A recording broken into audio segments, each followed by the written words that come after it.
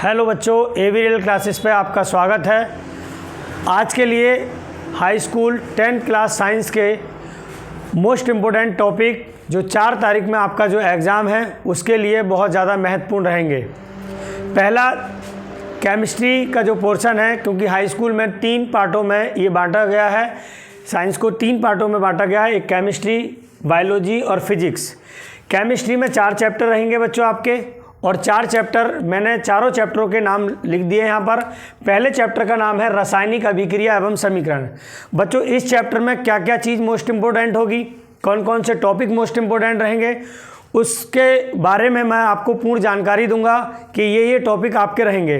पहली बात बच्चों याद रखना, मोस्ट इम्पोर्टेंट बात ये है कि आप MCQ जो क्वेश्चन हैं, जिन्हें हम बहुविकल्पीय या ऑब्जेक्टिव क्वेश्चन कहते हैं, वो आप चैप्टर बाई चैप्टर याद करेंगे। क्योंकि बच्चों बोर्ड एग्जाम में साइंस के पेपर में 20 आने हैं, ये 100% 20 आएंगे और पहले से भी आते आ रहे हैं ये। और 20 ऑब्जेक्टिव आपके क्लियर होने चाहिए। ऑब्जेक्टिव आपके ठीक रहेंगे तो उसमें यह बच्चों परसेंटेज अच्छी रहेगी आपकी, क्योंकि 20 नंबर के रहते हैं वो। कितने नंबर के? 20। और 50 नंबर की आपकी थ्योरी रहती है, 70 नंबर का आपका पेपर और प्लस 30 नंबर का आपका प्रैक्टिकल रहता है। 100 नंबर आपका प्राप्त जो पूर्णांक रहता है वो बच्चों याद रखना 100 नंबर का रहेगा। मैं शुरुआत करता हूं। पहले चैप्टर का नाम है रासायनिक अभिक्रिया एवं समीकरण। बच्चों रासायनिक अभिक्रिया अलग टॉपिक है और समीकरण जो है वो अलग टॉपिक है। तो पहला क्वेश्चन इसमें आता है बच्चों, रासायनिक अभिक्रिया किसे कहते हैं तथा ये कितने प्रकार की होती हैं। तो मैं बता दूं बच्चों, जो रासायनिक अभिक्रिया जो होती हैं वो यहाँ पर अगर हम पॉइंट टू पॉइंट बात करें तो ये बच्चों ये 4 प्रकार की होती हैं। कितने प्रकार की? 4 प्रकार की होती हैं। कितने प्रकार की बच्चों? 4 प्रकार की। पहला प्रकार है संयोजन अभिक्रिया। कौन सी अभिक्रिया? संयोजन अभिक्रिया। संयोजन अभिक्रिया, संयोजन अभिक्रिया। संयोजन अभिक्रिया। आगे की बात करें, दूसरा नंबर पर आता है बच्चों वियोजन अभिक्रिया। कौन सी? वियोजन अभिक्रिया। ये वियोजन अभिक्रिया होगी आपकी। तीसरे नंबर पर आपकी रिएक्शन जो है संयोजन वियोजन। तीसरी है विस्थापन अभिक्रिया। विस्थापन अभिक्रिया। और चौथे नंबर पर है बच्चों याद रखना द्विविस्थापन अभिक्रिया, या जिसे इंग्लिश में डबल डिस्प्लेसमेंट रिएक्शन कहते हैं। इसे डिस्प्लेसमेंट रिएक्शन कहते हैं, इसे इंग्लिश में कॉम्बिनेशन रिएक्शन कहते हैं। ठीक है, इसे संयोजन को कॉम्बिनेशन रिएक्शन कहते हैं और इसे डिकॉम्बिनेशन रिएक्शन कहते हैं। तो बच्चों ये रिएक्शन जो है हमारी बहुत महत्वपूर्ण रहेंगी। संयोजन, वियोजन, विस्थापन और द्विविस्थापन, ये रासायनिक अभिक्रियाओं के टाइप्स हैं जो कि 2 नंबर में पूछे जा सकते हैं। अगर पूर्ण तरीके से क्वेश्चन पूछा जाएगा तो क्वेश्चन ये होगा, रासायनिक अभिक्रिया किसे कहते हैं तथा ये कितने प्रकार की होती हैं। यहाँ पर टाइप दे रखे हैं संयोजन अभिक्रिया, वियोजन अभिक्रिया और विस्थापन अभिक्रिया और द्विविस्थापन अभिक्रिया। इसमें बच्चों अगले टॉपिक हैं ऊष्माक्षेपी अभिक्रिया और ऊष्माशोषी अभिक्रिया। अब ऊष्माक्षेपी अभिक्रिया की अगर हम बात करें तो वे अभिक्रिया जिनमें अभिक्रिया के फलस्वरूप जब अभिक्रिया होती है और ऊष्मा इंक्रीज होती है, मतलब बाहर निकलती है, तो हम उसे ऊष्माक्षेपी अभिक्रिया कहते हैं। और जिन अभिक्रियाओं में ऊष्मा ग्रहण की जाती हो उन्हें हम ऊष्माशोषी अभिक्रिया कहते हैं। ये आपके विद एग्जाम्पल सहित आपको बताना होगा, रिएक्शन देनी होगी, कौन रासायनिक ऊष्माक्षेपी अभिक्रिया, कौन ऊष्माशोषी अभिक्रिया है। अगले पॉइंट है बच्चों अपचयन और उपचयन, जिसे हम ऑक्सीकरण और ऑक्सीडेशन और रिडक्शन भी कहते हैं, ऑक्सीकरण और अपचयन भी कहते हैं। तो बच्चों याद रखना, ऑक्सीकरण क्या होता है? जिन अभिक्रियाओं में ऑक्सीजन की वृद्धि होती है और हाइड्रोजन की कमी होती है उन्हें हम ऑक्सीकरण अभिक्रिया कहते हैं। और जिन अभिक्रियाओं में हाइड्रोजन की वृद्धि होती है और ऑक्सीजन की कमी होती है, मतलब इसका अपोजिट करोगे आप तो आपको अपचयन की जो डेफिनेशन है वो पूरी हो जाएगी और विद एग्जाम्पल सहित आप बता सकते हैं।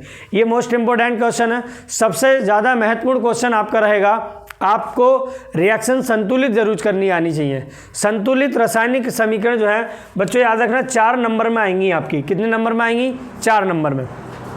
आपको अभिक्रिया संतुलित करनी जरूर आनी चाहिए। ठीक है, ये तो रहा बच्चों पहले चैप्टर का। कौन कौन से टॉपिक बताए मैंने? रासायनिक अभिक्रिया किसे कहते हैं तथा ये कितने प्रकार की होती हैं। ये क्वेश्चन बहुत महत्वपूर्ण है, अच्छी तरीके से याद कर लेना। अगले क्वेश्चन में मैंने बताया था संतुलित रासायनिक अभिक्रिया। आपको संतुलित अभिक्रिया करनी आनी चाहिए। किस तरीके से संतुलित करते हैं, मतलब अभिकारक, ठीक है, और उत्पाद दोनों में बच्चों याद रखना जो जो एलिमेंट है, तत्व हैं, वो बराबर होने चाहिए, मतलब दोनों के द्रव्यमान जो होने चाहिए वो बराबर होने चाहिए, इक्वल होने चाहिए, तब जाके क्या होता है बच्चों, वो समीकरण जो होती है वो संतुलित समीकरण मानी जाती है। ठीक है बच्चों, ये महत्वपूर्ण रहेगा, 4 नंबर में आती है आपकी।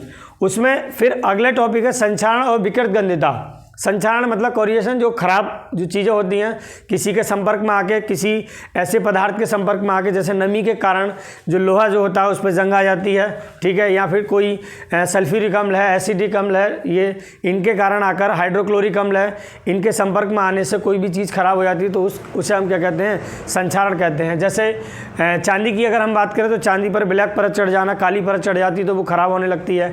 तांबे पर ग्रीन परत चढ़ जाती है, लेयर चढ़ जाती है तो वो ख़राब होने लगता है। तो यही क्या है सब बच्चों, आपके संक्षारण के उदाहरण हैं जो अच्छी तरीके से आपको याद होने चाहिए। बहुविकल्पी जो क्वेश्चन है बच्चों, चैप्टर बाई चैप्टर आपको याद करने हैं और महत्वपूर्ण रहेंगे आपके लिए। अगला चैप्टर है बच्चों, याद रखना, अम्ल, क्षार एवं लवण। अम्ल क्या होते हैं और क्षार क्या होते हैं। अम्ल, अब क्वेश्चन यहाँ से कैसे बन सकता है, अम्ल किसे कहते हैं तथा ये कितने प्रकार के होते हैं। अब अम्ल किसे कहते हैं, ये कितने प्रकार के होते हैं, तो इनके टाइप होते हैं 2 प्रकार के। एक तो बच्चों याद रखना प्रबल अम्ल होते हैं जिन्हें हम स्ट्रॉन्ग एसिड कहते हैं, और एक दुर्बल अम्ल होता है जिन्हें हम वीक एसिड कहते हैं। स्ट्रॉन्ग एसिड में बच्चों याद रखना, स्ट्रॉन्ग एसिड की अगर हम बात करें तो मैं यहाँ पर आपको बता देता हूँ। स्ट्रॉन्ग एसिड की अगर हम बात करें तो सल्फ्यूरिक अम्ल अपने आप में स्ट्रॉन्ग में आता है, प्रबल अम्ल है। HCl आपका प्रबल अम्ल है, और HNO3 अपने आप में प्रबल अम्ल है। इन्हें खनिज अम्ल भी बोला जाता है। क्या बोला जाता है, इन्हें खनिज अम्ल बोला जाता है। अगर आपसे बहुविकल्पीय में ये बात कह ले, ये क्वेश्चन कह दे कि निम्नलिखित में से प्रबल अम्ल है, तो अगर तीनों ऑप्शन में से आपको कोई दिखाई दे तो याद रखना राइट आंसर यही होगा, सल्फ्यूरिक अम्ल, हाइड्रोक्लोरिक अम्ल और नाइट्रिक अम्ल। तो ये खनिज अम्ल भी बोले जाते हैं। कौन से अम्ल बोले जाते हैं, ये खनिज अम्ल भी उन्हें बोला जाता है। ठीक है बच्चों, तो अम्ल किसे कहते हैं ये पूरी डेफिनेशन आपको पता होना चाहिए। तो अम्ल वे पदार्थ होते हैं जो स्वाद में खट्टे होते हैं। ठीक है बच्चों, जैसे इमली है आपकी, नींबू है, संतरा है आदि, ये क्या है आपके अम्ल है। सर आर्हेनियस के अनुसार क्या बात कही गई है, तो सर आर्हेनियस ने ये बात कही, वे पदार्थ जिन्हें जल में घोलने पर अगर H पॉजिटिव आयन देते हैं या H धन आयन देते हैं वो हमारे अम्ल कहलाते हैं। ठीक है, जैसे H2SO4, HCl और नाइट्रिक अम्ल। अब हम इन्हें चक्के तो नहीं बता सकते, लेकिन हम हाइड्रोक्लोरिक अम्ल या ये इन्हें चक्के नहीं बता सकते, लेकिन हम नींबू, संतरा, आमी आदि को बताकर ये खट्टे होंगे तो हम कह सकते हैं इनमें अम्ल है। ठीक है बच्चों, लेकिन हम इन्हें चक्कर नहीं बता सकते क्योंकि ये बहुत ज़्यादा भयंकर होते हैं। इन्हें चक्कर अगर बताएंगे तो याद रखना कि ज़ुबान लास्ट स्वाद भी नहीं बता पाएगी, यही स्वाद, इसका ही स्वाद नहीं बता पाई, क्योंकि ये क्या है, ये बहुत खतरनाक होते हैं। ठीक है बच्चों, तो इनके लिए ये बताया गया है कि इनमें H पॉजिटिव और H पॉजिटिव होते हैं, इसलिए ये अम्ल है।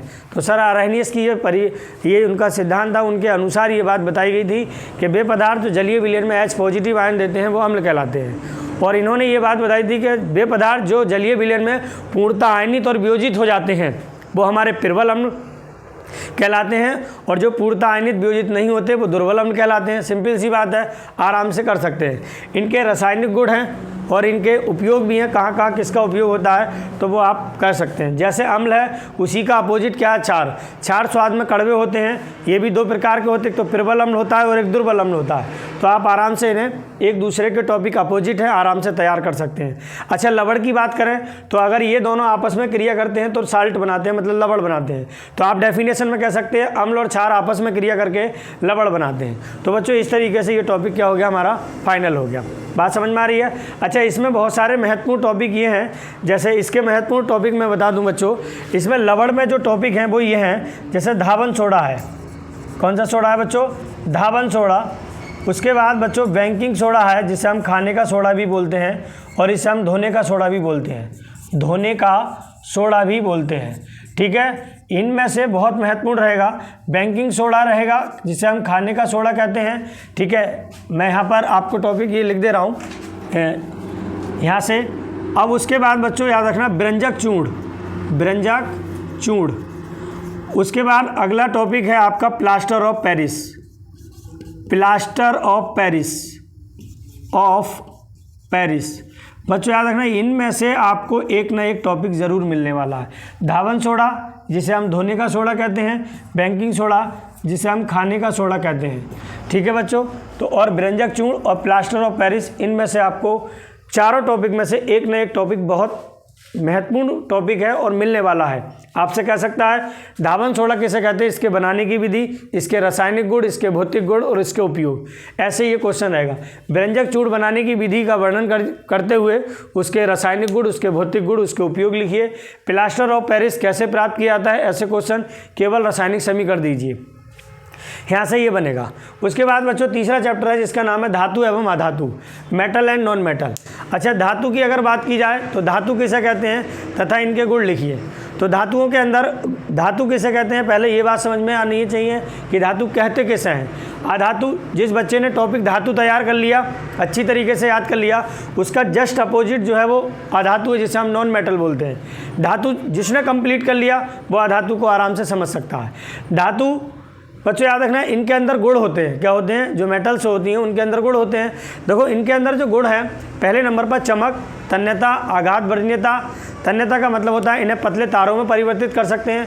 आघात वर्णीयता का मतलब होता है इन्हें हथौड़े से पीटकर चादर का रूप दे सकते हैं, इन्हें बड़ी चादर बना सकते हैं। इनके अंदर चमक होती है और इनके अंदर ध्वनिता होती है। ठीक है, और इसी कारण ये बच्चों क्या होती हैं, मेटल होती हैं, धातु होती हैं। तो वे पदार्थ जिनके अंदर तन्यता, आघात वर्णीयता, चमक, ये आदि गुण पाए जाते हैं, वो हमारी क्या कहलाती हैं, धातु। इनमें बच्चों कुछ अपवाद भी हैं, जैसे आपका हीरा है, हीरा चमकदार होने के बाद भी अधातु है। आयोडीन है, आयोडीन चमकदार होने के बाद भी अधातु है। तो ये कई सारे ऐसे हैं जो कि अपवाद स्वरूप हैं, अपवाद हैं इनमें, जो कि धातु की कैटेगरी में नहीं रखे जाते। ऐसे ही अधातु है। अधातु क्या होती हैं बच्चों, अधातुओं में तन्यता नहीं होती, आघात वर्णीयता नहीं होती, ये गुण नहीं होते, इसीलिए क्या होती हैं, अधातु होती हैं। धातु अधातु के रासायनिक गुण भी हैं। धातु अम्लों से अभिक्रिया करके क्या बनाती हैं, धातु जल के साथ अभिक्रिया करके क्या बनाती हैं। तो ऐसे कई क्वेश्चन आपसे पूछे जाएंगे। ये टॉपिक बहुत मोस्ट इंपॉर्टेंट है, ध्यान रखना है। इसमें एक टॉपिक एक आता है सक्रियता श्रेणी।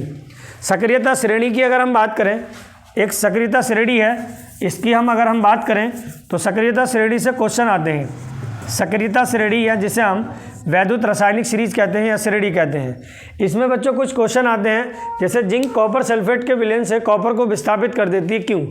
तो सक्रियता श्रेणी या फिर वैद्युत रासायनिक श्रेणी में देखो इस क्वेश्चन को पहचानना बहुत आसान है कि इसमें क्या कहा गया है। जैसे इसमें कहा, मैं क्वेश्चन बोल रहा हूँ और उस पर ध्यान दें, जिंक कॉपर सल्फेट के विलयन से कॉपर को विस्थापित कर देती है। बच्चों याद रखना, जिंक कॉपर सल्फेट के विलयन से जब कॉपर को विस्थापित करेगी तो कहीं ना कहीं जिंक की जो सक्रियता है, जो क्रिया करने की जो क्षमता है वो अधिक होगी, क्योंकि अधिक क्रियाशील धातु जो होती हैं वो कम क्रियाशील धातु को उनके विलयन से क्या कर देती हैं, विस्थापित कर देती हैं, डिस्प्लेसमेंट कर देती हैं।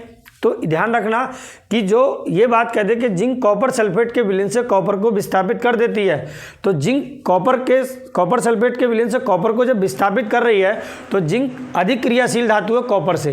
तो आप लिखेंगे वैद्युत रासायनिक श्रेणी में जिंक का स्थान कॉपर से ऊपर स्थित है और ऊपर वाले जो तत्व होते हैं वो नीचे वाले तत्वों को उनके विलयन से विस्थापित कर देते हैं। इसी कारण जिंक कॉपर सल्फेट के विलयन से कॉपर को विस्थापित कर देती है। ये बहुत आसान तरीके से बच्चों पहचान सकते हैं। जिस क्वेश्चन में ये बात कही गई है कि ये एक धातु दूसरी धातु के विलयन से उसको विस्थापित कर देती है, तो भाई समझ लेना कि ये जो जिसने विस्थापित करा है वो अपने आप में बहुत क्रियाशील धातु है। अधिक क्रियाशील धातु वैद्युत रासायनिक श्रेणी में कम क्रियाशील धातु को उनके विलयन से विस्थापित कर देती है, डिस्प्लेसमेंट कर देती है। समझ में आई बात। तो बच्चों इस तरीके से ये क्वेश्चन आएगा, पेपर में ज़रूर आएगा। और MCQ क्वेश्चन बच्चों ध्यान रखना, हर एक चैप्टर बाई चैप्टर। और जिन बच्चों को MCQ क्वेश्चन चाहिए कि चैप्टर बाई चैप्टर, तो मेरे चैनल AB रियल क्लासेस पर प्लेलिस्ट पड़ी हुई है। आप आराम से चैप्टर बाई चैप्टर बहुविकल्पीय क्वेश्चन याद कर सकते हैं। कम से कम उनकी संख्या 50 क्वेश्चन है। हर एक चैप्टर के 40 से 50 क्वेश्चन है, आराम से आप याद कर सकते हैं उन्हें। एक रजिस्टर में आप आराम से बढ़िया तरीके से लिख लें, नोट्स बनाएं। और आपको जो 4 तारीख में एग्ज़ाम है उसमें बहुत ज़्यादा बेनिफिट रहेंगे और आपके नंबरों में बढ़ोतरी करेंगे। ठीक है बच्चों, तो AB रियल क्लासेस चैनल पे ऑब्जेक्टिव डले हुए हैं, क्लास मेरी है, आप जाके आराम से देख सकते हैं। चैप्टर बाई चैप्टर बिल्कुल और टॉपिक बाय टॉपिक ऑब्जेक्टिव पड़े हुए हैं। ठीक है बच्चों, अब आगे बात करते हैं कार्बन एवं उसके यौगिक। इस चैप्टर में कौन कौन से टॉपिक आपके महत्वपूर्ण रहेंगे। बच्चों इस टॉपिक में, इस चैप्टर में अगर बात करें तो लॉन्ग की अगर हम बात करें तो लॉन्ग में बच्चों ध्यान रखना, एक क्वेश्चन है साबुन। क्या है? साबुन। अगर दीर्घ क्वेश्चन की बात करें हम तो साबुन की स्वच्छीकारक विधि, साबुन की स्वच्छीकारक विधि। अगला टॉपिक इसमें मोस्ट इंपोर्टेंट है एथिल अल्कोहल से क्वेश्चन आ सकता है कि एथिल अल्कोहल किसे कहते हैं, इसके बनाने की विधि, इसके भौतिक गुण, इसके रासायनिक गुण, इसके उपयोग क्या क्या हैं। बच्चों याद रखना, एक पहला क्वेश्चन ये, दूसरा ये, और तीसरा इसमें लॉन्ग में आएगा एसिटिक अम्ल किसे कहते हैं। एसिटिक अम्ल बनाने की विधि का वर्णन कीजिए, इसके भौतिक गुण, इसके रासायनिक गुण, इसके उपयोग लिखिए। तो ये जो 3 क्वेश्चन हैं आपके, ये लॉन्ग में रहेंगे। अब इसका चौथा मोस्ट इम्पोर्टेंट क्वेश्चन ये है कि कार्बन की चतुस्संयोजकता के बारे में बताइए। कार्बन की चतुस्संयोजकता के बारे में बताइए कि कार्बन चतुस्संयोजकता कैसे रखता है या होती है, तो आप उसको पूरी तरीके से जस्टिफाई करेंगे। आपने पढ़ लिया होगा। अब बच्चों इतना समय नहीं है कि मैं आपको पूरी तरीके से डिटेल से कराऊं, लेकिन याद रखना, अगर जो बच्चे आपके संपर्क में हैं, जो 9th क्लास में हैं, तो मेरी लाइव क्लास रहेगी 4:30 बजे, दिन के 4:30 बजे मैं लाइव आपके लिए आऊँगा।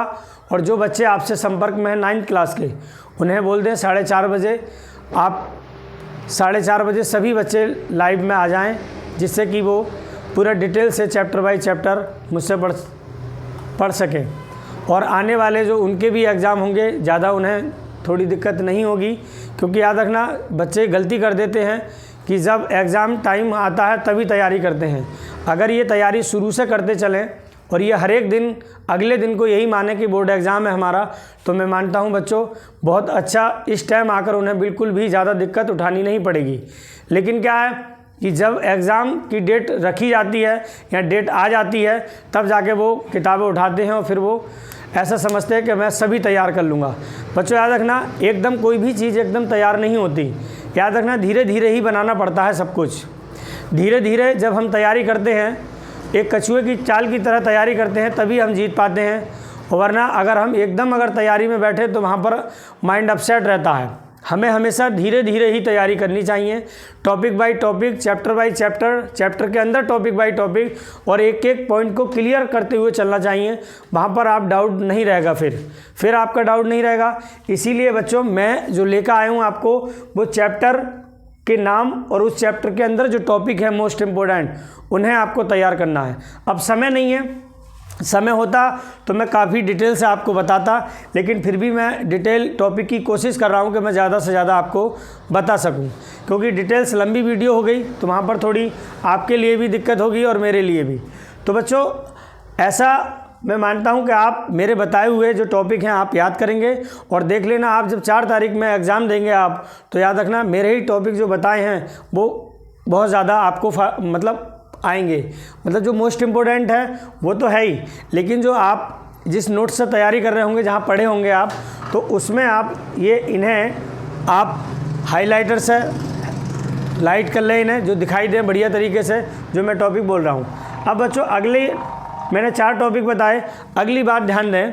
अगला टॉपिक जो है 5वां टॉपिक। 5वें टॉपिक में बच्चों याद रखना हाइड्रोकार्बन या फिर एल्कीन एल्काइन और एल्केन एल्कीन एल्काइन, ये 3 चीज़ें हैं आपसे पूछा जा सकता है। तो मैं IUPAC की थोड़ी डिटेल्स बताता हूँ जो आपकी बेनिफिट रहेगी। तो मैं IUPAC की डिटेल्स बता रहा हूँ और जो ग्रुप वाली हैं उनके बारे में मैं बता रहा हूँ, ठीक है। तो आप ये टॉपिक मैं रफ कर दे रहा हूँ, आप लिख लेना अपनी कॉपी में, और यहाँ मैं डिटेल से आपको बता रहा हूँ। ये भी टॉपिक आप नोट कर लें या स्क्रीनशॉट ले लें, जो आप आराम से पढ़ सकते हैं। बच्चों ये देखें आप, पहला देखो, पहले नंबर पर एल्केन।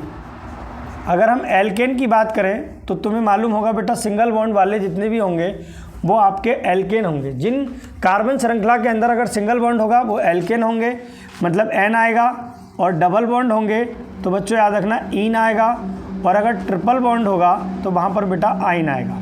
तो ये जब सिंगल बॉन्ड, अब जैसे मैं एक IUPAC नेम ले लेता हूँ, जैसे CH3, CH2 और CH3।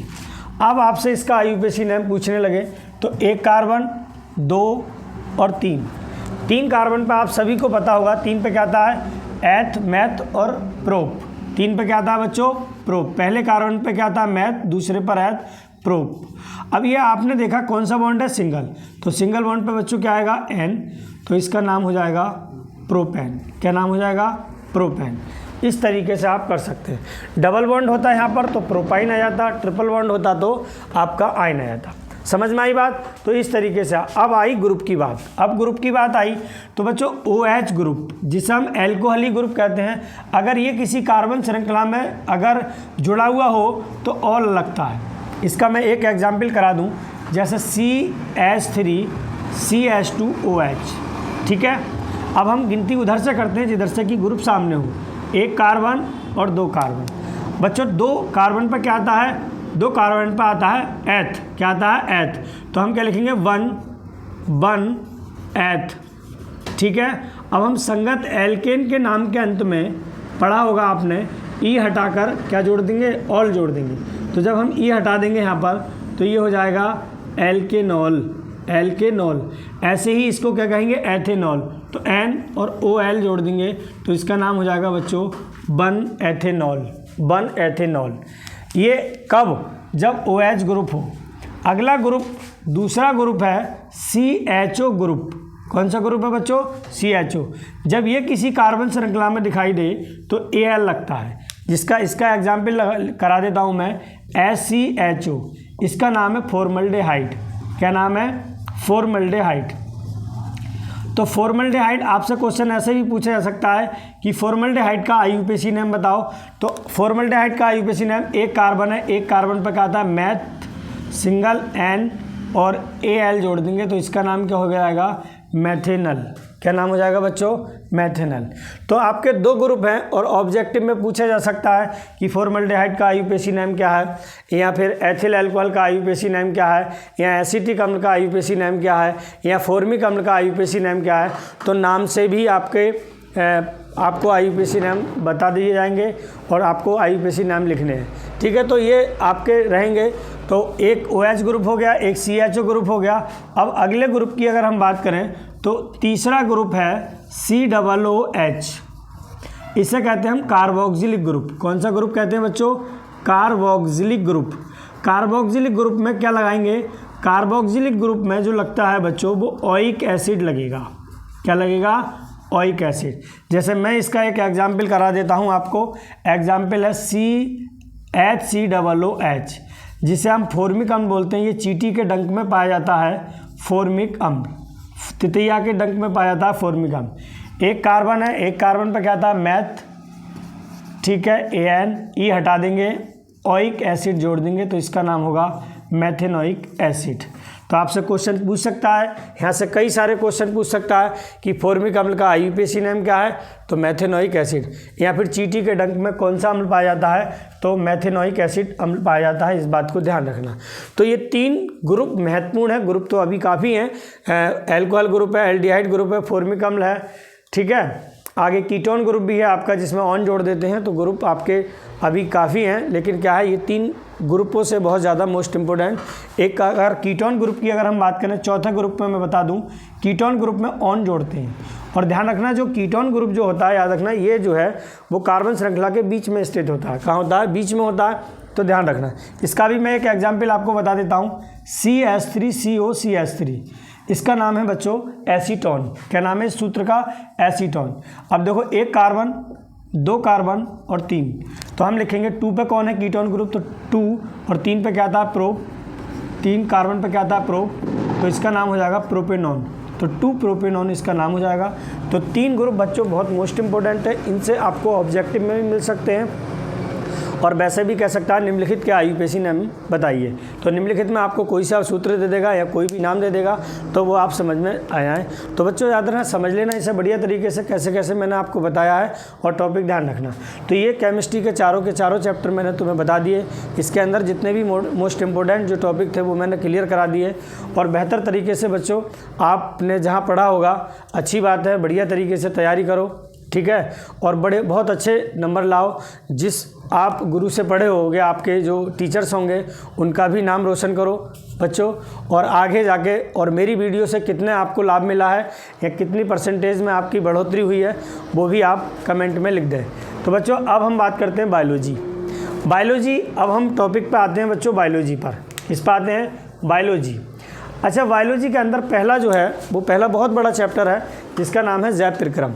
काफ़ी मोस्ट इम्पोर्टेंट टॉपिक भी हैं और काफ़ी बॉडी के पार्ट्स भी इसके अंदर हैं, डिटेल से बता रखे हैं कैसे क्या करना है।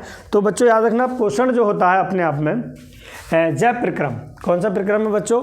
जैव प्रक्रम, या जिसे इंग्लिश में कहते हैं लाइफ प्रोसेस। मतलब लाइफ के अंदर कैसा प्रोसेस चल रहा है, वो पूरा कौन कौन इस प्रोसेस में भाग ले रहे हैं, जो हमारी लाइफ जो चल रही है या हमारी बॉडी के अंदर जो हमारी बॉडी क्रिया कर रही है उसमें कौन कौन से प्रोसेस हैं या कौन कौन से पार्ट्स भाग ले रहे हैं। तो बच्चों उसके बारे में इसमें बताया गया है। पहला है आपका पोषण बच्चों क्या है? पोषण जो आपका जो टॉपिक है वो पोषण है क्या? पोषण दो प्रकार से आपके दे रखा है, एक तो पादपों में पोषण दे रखा है और एक मानव में पोषण दे रखा है। पादपों में पोषण दे रखा है, मानव में पोषण दे रखा है और जंतुओं में पोषण दे रखा है। तो बच्चों याद रखना, इन 3 चीज़ों में पोषण दे रखा है।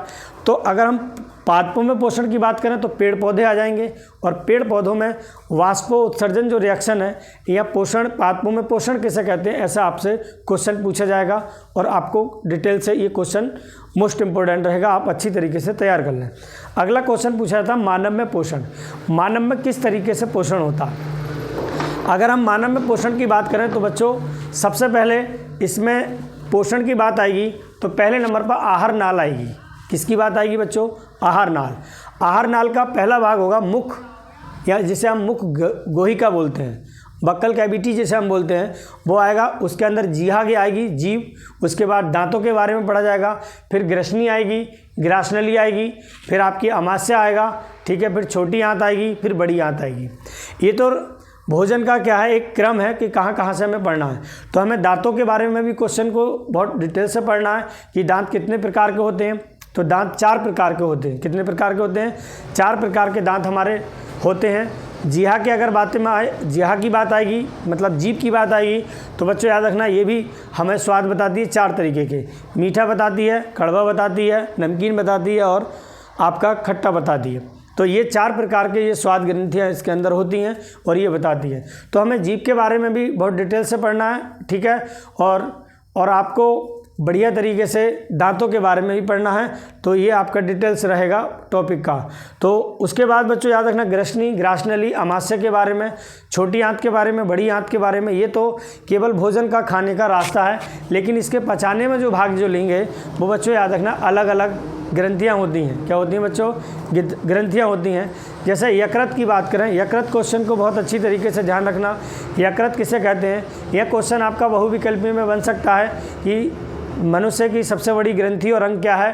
तो याद रखना मनुष्य की सबसे बड़ी ग्रंथि और अंग की बात करें तो यकृत है। उसके अगर दूसरी बात करें कि मनुष्य की सबसे बड़ी ग्रंथि, दूसरी सबसे बड़ी ग्रंथि कौन है? तो बच्चों याद रखना अग्नाशय। कौन है? अग्नाशय। इसी मुख में एक टॉपिक और भी है जिसे हम कहते हैं लार ग्रंथियाँ। कौन सी ग्रंथियाँ? लार ग्रंथियाँ। लार ग्रंथि का क्वेश्चन बन सकता है, लार ग्रंथि किसे कहते हैं तथा ये कितने प्रकार की होती हैं? तो बच्चों याद रखना ये 3 प्रकार की होती हैं।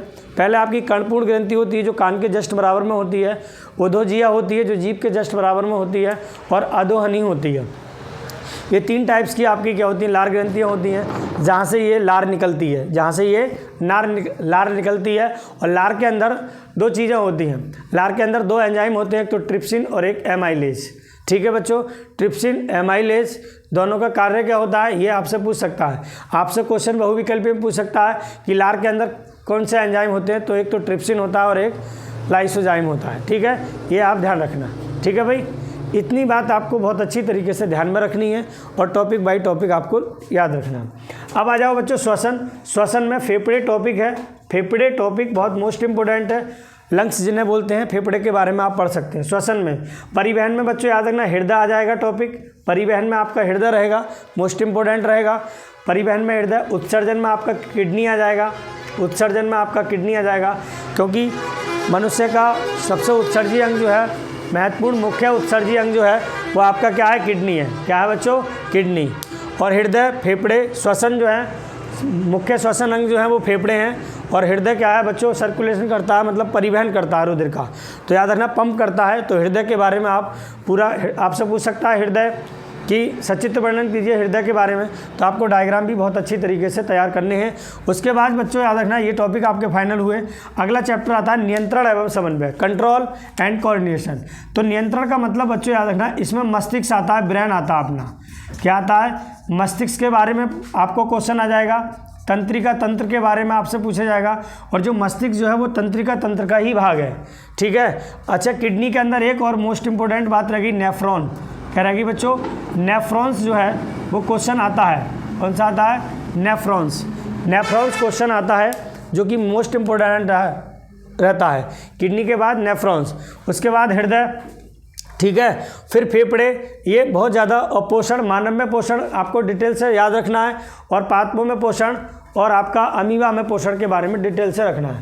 उसके बाद मस्तिष्क के बारे में पूरा डिटेल से पढ़ना है, और हार्मोन्स, इसमें एक टॉपिक हमारा रहता है हार्मोन्स। क्या रहता है आगे पॉइंट बच्चों, इसमें मस्तिष्क और तंत्रिका तंत्र के बारे में आपको बहुत डिटेल से पढ़ना है। अगला इसमें ये रहेगा कि एक क्वेश्चन हार्मोन्स है, और उसके बाद ग्रंथियाँ हैं। ग्रंथियाँ, बाह्य स्रावी ग्रंथियाँ और अंतःस्रावी ग्रंथियों के बारे में आपसे पूछ सकता है कि हार्मोन्स, अलग क्वेश्चन है, हार्मोन्स किसे कहते हैं तथा ये कितने प्रकार के होते हैं। और हाँ, मानव में हार्मोन्स अलग होंगे और पादपों में हार्मोन्स अलग होंगे। अगर आपसे क्वेश्चन पूछा जाए पादपों में पादप हार्मोन्स किसे कहते हैं तथा ये कितने प्रकार के होते हैं, तो दो महत्वपूर्ण हार्मोन्सों के नाम बताइए। तो जिब्रेलिन, ऑक्सिन, जिब्रेलिन और ऑक्सिन है बच्चों। याद रखना ये वृद्धि हार्मोन्स है। अगर वृद्धि हार्मोन्स के बारे में बहुविकल्पीय में भी क्वेश्चन पूछ सकता है, निम्नलिखित में से वृद्धि हार्मोन्स बताइए कौन कौन से हैं। तो पादपों में वृद्धि हार्मोन्स जिब्रेलिन और ऑक्सिन है, ठीक है। और फिर मानव में हार्मोन्स की भी बात आपको डिटेल से पढ़ लेनी है, मस्तिष्क के बारे में और तंत्रिका तंत्र के बारे में बहुत अच्छी तरीके से पढ़ना है। प्रत्यवर्ती क्रिया भी इसी चैप्टर में टॉपिक है, एक बार आप रिवाइज करके जाना, उसे रिविजन करके जाना, क्वेश्चन आ सकता है। अगला चैप्टर है बच्चों जीव जनन कैसे करते हैं।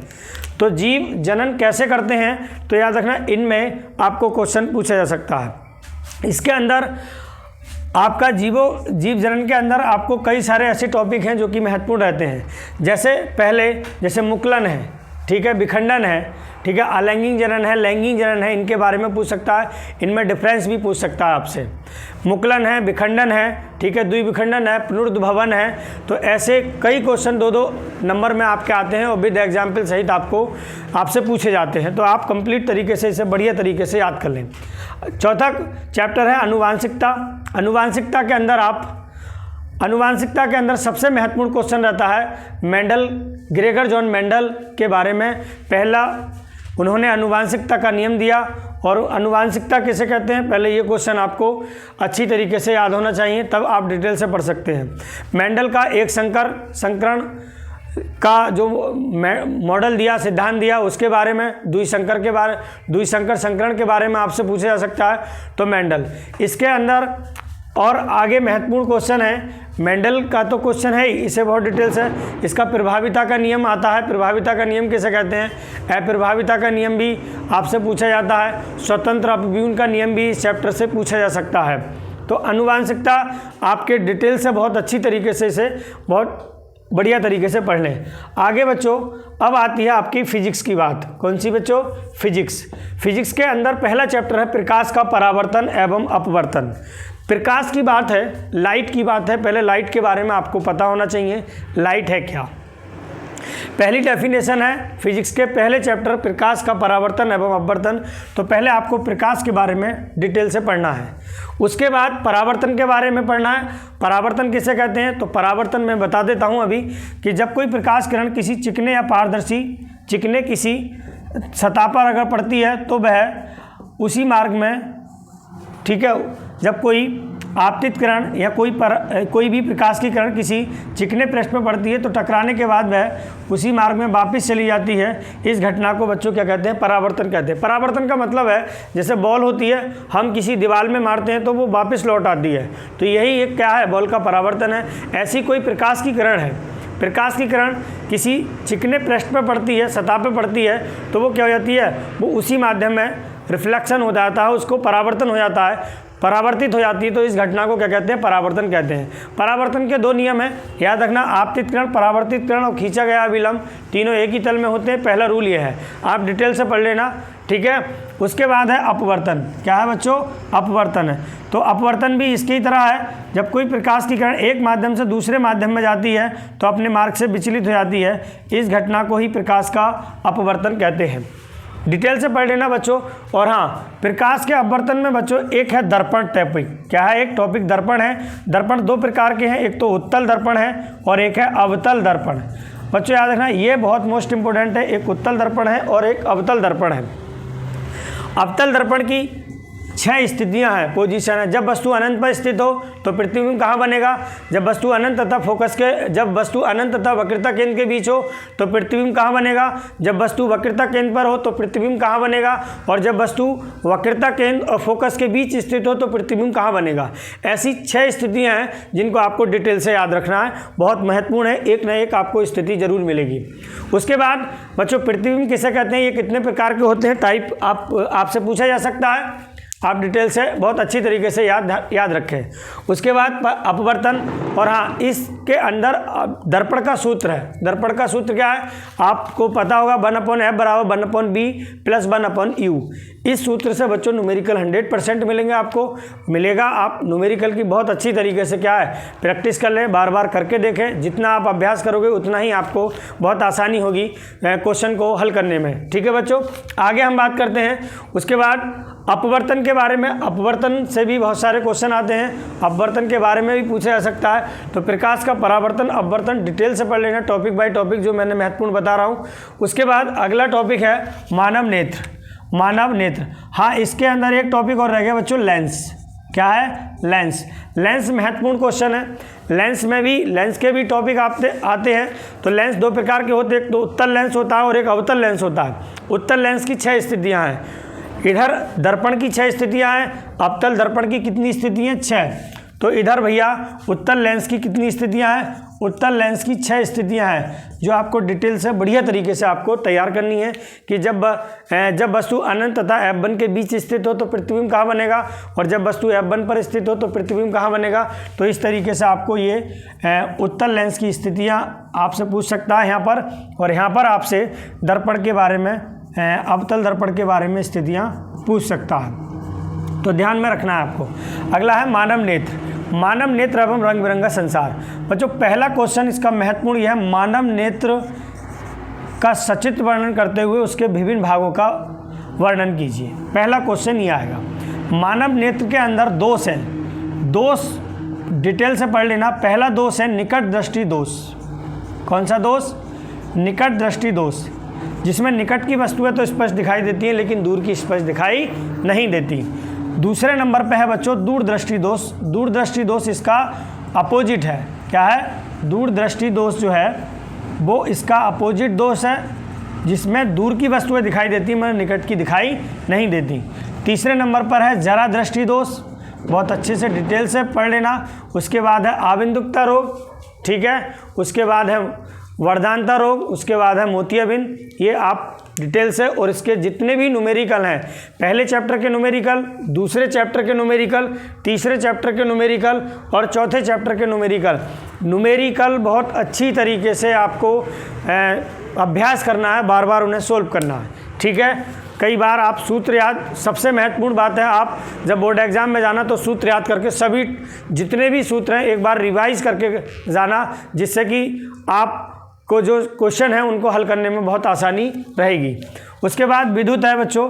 तो विद्युत धारा किसे कहते हैं, ठीक है, इसके भी सूत्र होता है विद्युत धारा का। और विद्युत धारा को प्रवाहित, विद्युत धारा 2 प्रकार के होते हैं, एक तो विद्युत धारा का चुंबकीय प्रभाव और एक विद्युत धारा का तापीय प्रभाव। तापीय प्रभाव में आपको बल्ब इस्त्री जिसे कहते हैं और हीटर।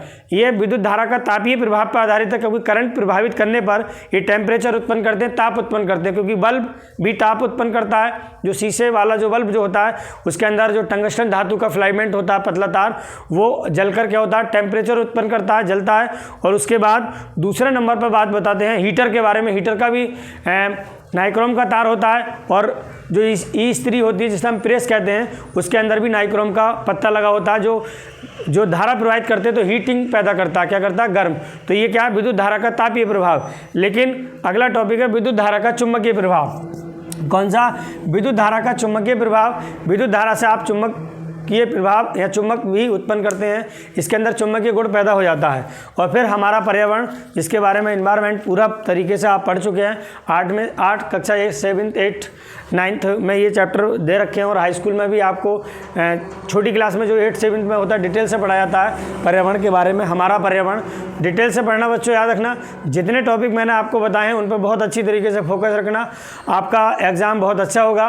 और आशा करता हूँ आप बहुत अच्छे नंबरों से पास हों, और आप अपने गाँव, आप अपने ब्लॉक या आप अपना कॉलेज टॉप करें।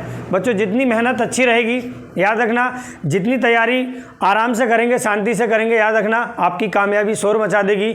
और मैं आशा करता हूँ आप बहुत अच्छी तरीके से तैयारी में होंगे, और मैं आप सबके लिए दुआ करता हूँ कि आप बहुत अच्छी तरीके से अच्छे नंबरों से पास हों, और कोई भी आपको दिक्कत ना हो। जो मैंने महत्वपूर्ण टॉपिक बताए हैं उन पर आप बहुत एक बार नज़र डालें और बहुत अच्छी तरीके से तैयार रखें। ठीक है बच्चों।